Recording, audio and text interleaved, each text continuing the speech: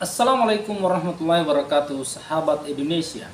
Di Arab, 5 dari 300 orang menyatakan diri sebagai ateisme atau tidak percaya kepada agama maupun Tuhan.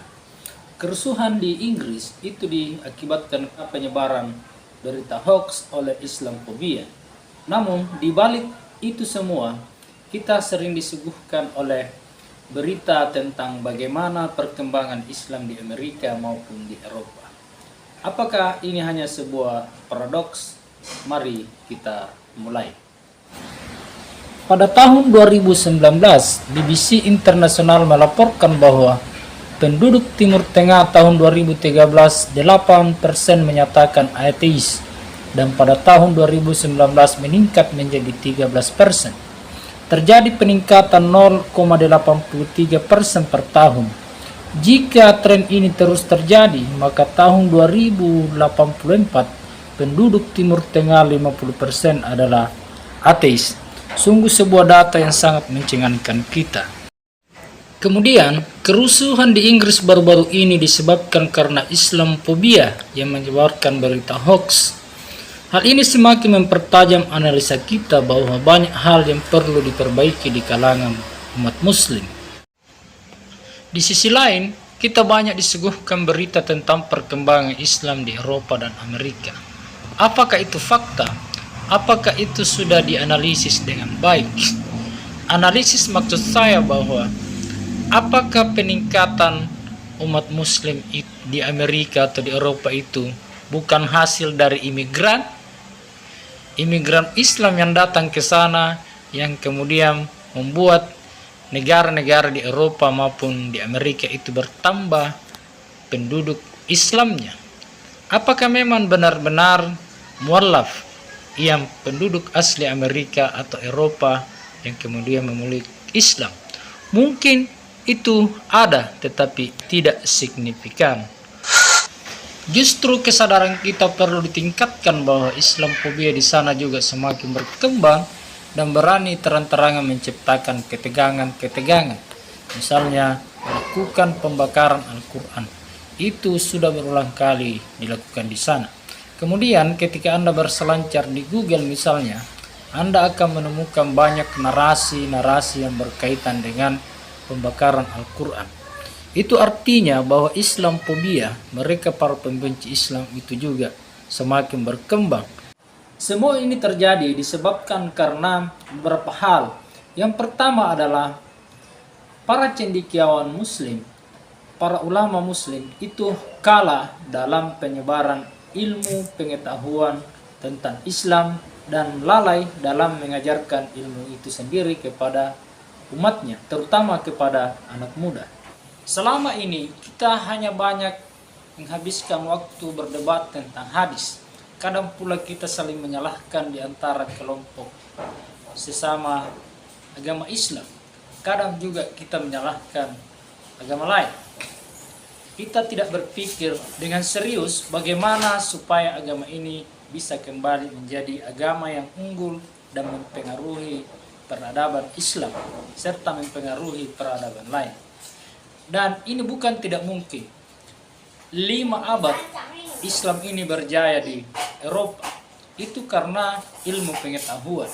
Kita tahu bersama di zaman-zaman itu ada Jabir ibnu Hayyan, Al-Khwarizmi sampai nemu angka 0. Ada Al-Farabi yang dikenal sebagai Aristotelesnya Arab. Al-Kindi Ibnu Sina sebagai pencetus ilmu kedokteran dan banyak mempengaruhi ilmuwan-ilmuwan selanjutnya. Dan kita memang sedang kalah di wilayah itu. Bayangkan saja buku yang paling laku di negara-negara Islam itu berdasarkan survei yang dilakukan oleh Isla Bahrawi, bahwa buku yang lumayan laku di negara-negara Islam itu justru buku yang berkaitan dengan ateis, seperti buku yang ditulis oleh Stephen Hawking yang berjudul Black Hole and the Baby Universe, Lubang Hitam dan Awal Mula Alam Semesta. Buku ini berbicara bahwa Tuhan itu tidak ada. Alam ini tercipta dari proses fisika yang bernama mekanika kuantum, di mana energi positif listrik dan energi negatif yang bermuatan listrik itu saling tarik-menarik, yang kemudian terjadilah ledakan besar yang kemudian dikenal sebagai teori Big Bang, dan terciptalah alam semesta ini. Jika manusia memaksakan bahwa Tuhan itu ada, berarti Tuhannya manusia itu adalah mekanika kuantum. Kemudian ada lagi satu buku yang ditulis oleh ahli saraf dari Inggris bernama Richard Dawkins. Judulnya adalah The God Delusion, angan-angan tentang Tuhan.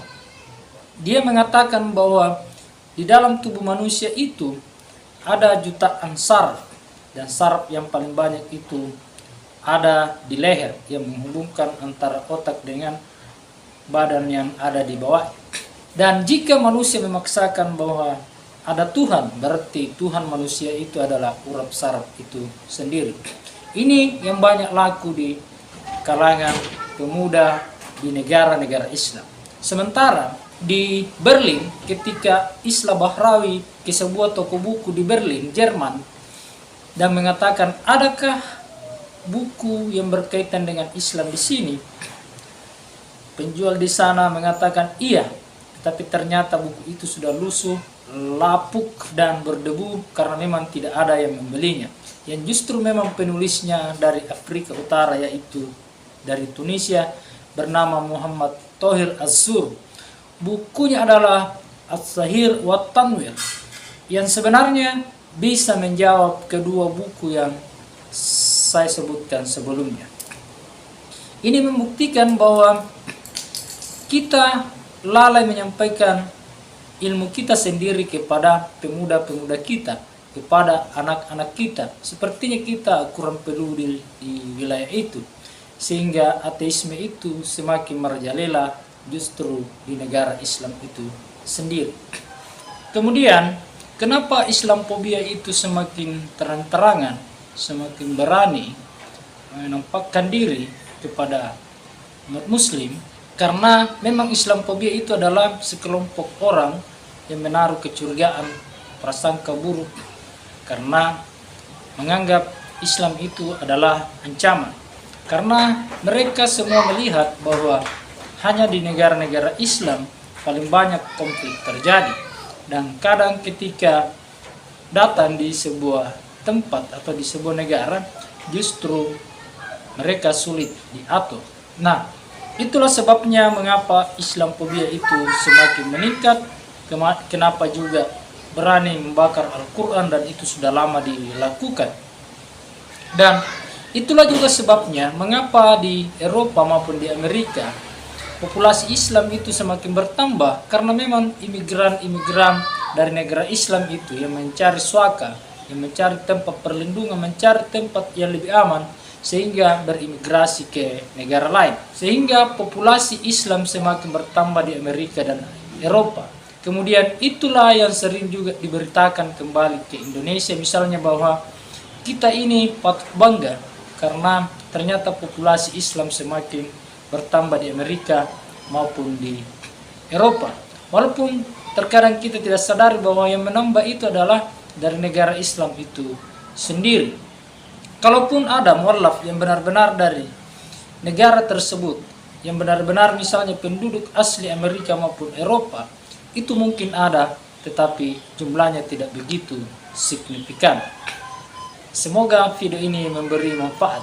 Tidak ada maksud mencela apapun, tidak ada maksud merendahkan siapapun. Saya beragama Islam dan berharap Islam itu jaya di masa depan. Assalamualaikum warahmatullahi wabarakatuh.